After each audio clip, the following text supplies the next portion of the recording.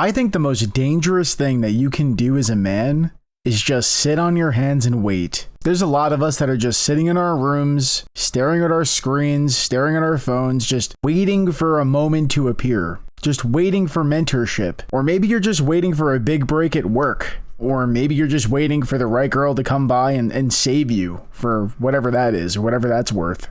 And I'll tell you this right now. In the pursuit of becoming a real man who has his life figured out, who has his life together and his ideals all in order, nobody's coming to save you. You're the sum of all of the poor decisions or the good decisions that you make in your life. And if you make poor ones, if you find yourself in a bad scenario, truly, you're still living a conditional existence. While you might have people in your life that care about you and they might come bail you out of a sticky situation every once in a while, if you just stack your life with bad decisions, nobody's coming to save you like Superman. You come to a point in your 20s or 30s or 40s, you look around and you realize like, oh, my life looks weird and people are keeping their distance. I wonder why.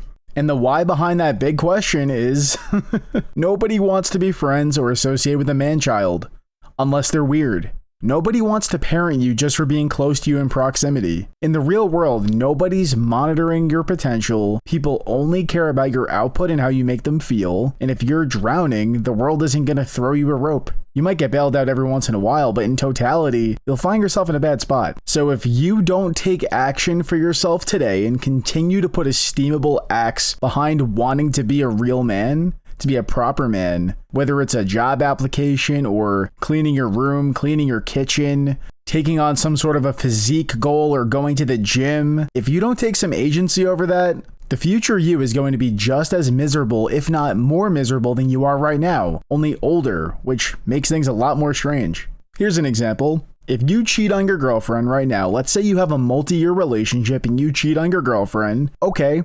Low-key, like, not my favorite thing for people to do, but it's your prerogative. If you do that, she breaks up with you, and then maybe you can't find as good of a girl, or maybe you set yourself back because maybe you cheat on multiple partners in a row. All of a sudden, 5 years goes by, 10 years goes by, and you're just this serial cheater who makes bad decisions and can only associate with people who make similar level decisions. Your life is gonna look weird. You're gonna be surrounded by a bunch of people who haven't grown up. You're pretty much gonna be the male equivalent of the crazy cat lady. So yeah, it doesn't always have to be as dramatic as, oh, you're cheating on your girlfriend, but maybe you're just not cleaning a room. Maybe you're not taking care of your physique. Maybe you're slowly pushing your friends away through acting like a baby. One mistake doesn't really have that much of an effect, but if you just accumulate them and just over and over and over repeat them, well, these things have devastating consequences, to say the least. Looking yourself in the mirror and deciding to become a proper man starts the exact second you stop looking for a rescue in this life, take some accountability, and realize that you are the only first responder that you have. And beyond that, you don't want to be a liability to people around you. You know, in 2026, admittedly, the bar for being a man, just based on knowing people and talking to women, just talking to people altogether, the bar for being a man is actually painfully low. Turns out there's a lot of people in Gen Z and even some young millennials that act like children. And I mean, the first step to being a man and really just unlocking that level of manhood, it isn't outright success. I'm not talking about salary. I'm not talking about what you own. I'm talking about utility. Ask yourself, are you a net positive or a net negative to the people around you? Like, for example, just take a look at your friends. Are you the one who always needs a ride, always conveniently forgets your wallet, always has some sort of a crisis that everybody else has to help solve? If you're that type of person, you might be a liability. You might be acting like a man-child. And now let me be clear, this doesn't make you a bad person. You can be a really, really good friend and have some of these qualities, but just realize that you'd be doing yourself a lot more of a service and the people around you if you solved these little things about yourself and turned them into goals rather than just personality traits. Just because there's something that you do doesn't mean it needs to be a part of your personality. I'm a major overthinker in my life. And I have anxiety. I have general anxiety almost 24/7. It's not a personality trait of mine. A lot of people wouldn't even know it's something I suffer with. Now I want you to think about, like, say if you have a relationship, girlfriend, boyfriend, whatever it is, think about your girlfriend or your parents. If they have to manage your emotions like it's some sort of a high yield savings account, money market account, or even worse, if they have to get involved in your finances because you can't manage it, because you can't keep it together, you're sitting there, you're a child with a beard. Take some time. AI is prevalent. You got Gemini, you got Grok, you got ChatGPT, or you even got Google, whatever it is. Learn about these things. Educate yourself. Don't be a burden on people unnecessarily. Now, don't get me wrong, like, it's okay to ask for help. My girlfriend, for example, is very, very smart with finances, very smart with money, very smart with budgeting, so I tap into her and I ask for the help. And I accept her help because she's so generous, thankfully. But I'm not sitting there as her little pet project that she needs to manage so that we can have a future. If she was here, or if she wasn't here, I'd still be saving money, but we're kind of like pooling our 100% together to equal 200% rather than her being 150% and me being 50%. And in that same regard, even though she helps me out financially, I am a real nerd about working out and lifting and dieting and nutrition and things like that, so I help her in that regard. You know, it's a push and pull. And also, in terms of not being a liability, now this is my personal preference. I'm a little more old-fashioned when it comes to this type of aspect. I don't like to make my girlfriend drive anywhere. It's a good day in my book if I'm driving and she's able to look out the window and point out at signs, relax, enjoy herself. She works hard. I take it upon myself to drive the car. I drive us on the weekends. I drive us during the week to the gym and the food store and restaurants and what have you. It's how I prefer to do things. It's almost like going out of your way to show her like, hey, like I see how hard you work. I want to drive you to and from places because it makes me feel good. I'm not saying it's the way that you have to be. Everybody has different balances in their relationship, but I will say, you know, she is somebody who likes to do things for herself. She'll pick up a screwdriver. She'll pick up a hammer. She's great in that way. But she does also brag saying like, oh yeah, I don't have to drive anywhere. You know, Matt's nice enough to drive me places. And that feels good. That's very rewarding to me. It's worth every drop of gas and all the miles on my car.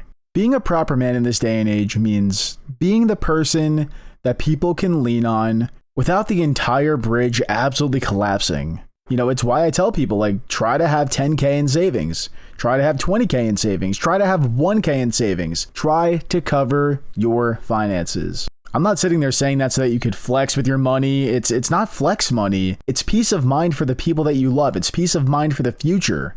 It's favors you don't have to ask for. It's a debt that you're not saddled with. And I'm sitting here, I don't have a single cent of credit card debt. And that makes me feel good because if something came up between me and my girlfriend and we had to fix it, I don't have to sit there and try to settle my credit cards. I can look at the options. I could step up and I could fix it. Many, many years ago, I had thousands of dollars of credit card debt and I technically didn't have to touch it. I did not have to pay it off. I could accumulate all the interest in the world, absolutely tank my credit score, and I would have a lot more money in this present day. But guess what? My bathroom exploded a few months ago. And if I didn't have the money to pay that off, I would have had to either borrow it from my girlfriend, borrow it from my dad, or worst of all, borrow it from her family. And that would have been not a proud moment. And a big theme of a lot of the advice I'm giving today, or even on my channel in general, is having to do with being responsible for yourself, taking accountability. And I think that we just live in an absolute cope culture right now. I know that things are bad, but whenever anything happens to us, we blame the economy, we blame, random apps from social media on our phone, we blame our upbringings, we blame our parents, we blame our breakups. And look, I get it. The economy's weird. Social media is crazy. Parents really don't always do a great job. I understand. I've not done this adult thing with a full deck of cards, I assure you, and I'm sure I'll make a video in the future really letting you guys know how everything was growing up. But coming from bad times and having some bad times in adulthood, I can confidently say a proper man and a proper person doesn't use their environment as an excuse to stagnate. There is a massive difference between fault and responsibility. It might not be your fault that your company laid you off or that maybe the housing market isn't too ideal, but it is 100% your responsibility to figure something out. If your room is a mess, that's on you. If your car is a mess, that's on you. If you're out of shape, that's completely on you. And trust me, I might have my life together in a lot of regards, but if you looked at my car right now, it's dirty. It's messy. So I think a big theme here is that even though we're over here and we're told on social media to protect our peace, TikTok wants to tell us to protect our peace no matter what by hiding from the world, it's just a fancy way of saying that you're afraid of friction. You protect your peace by becoming so competent and so reliable that the world can't touch you. That's how you do it. You don't do it by putting up walls between you and obstacles. You do it by breaking them down.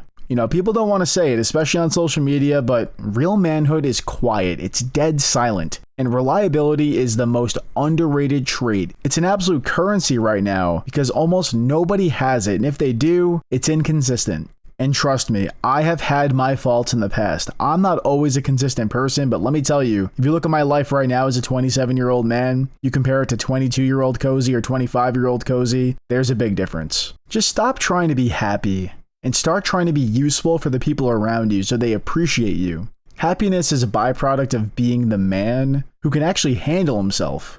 And when you handle your finances, your health, your wealth, and your relationships, happiness shows up as a side effect of just not being a mess. You know, it's a heavy world out there, and it needs people who can carry their own weight. And you know what? Maybe a little bit of somebody else's too. I don't say this just to be doom and gloom. I know you guys have what it takes. I know what both sides of this scenario look like, and it's a lot better on this side. And if you guys ever need any help whatsoever, you guys can reach out to me in the comment section. You can message me on Twitter, Instagram, or join my personal Discord. It's linked in the description. I just happen to make it as a community so that we can better connect, so feel free to join. I'd love nothing more than to build a good community there and tackle each other's issues one step at a time.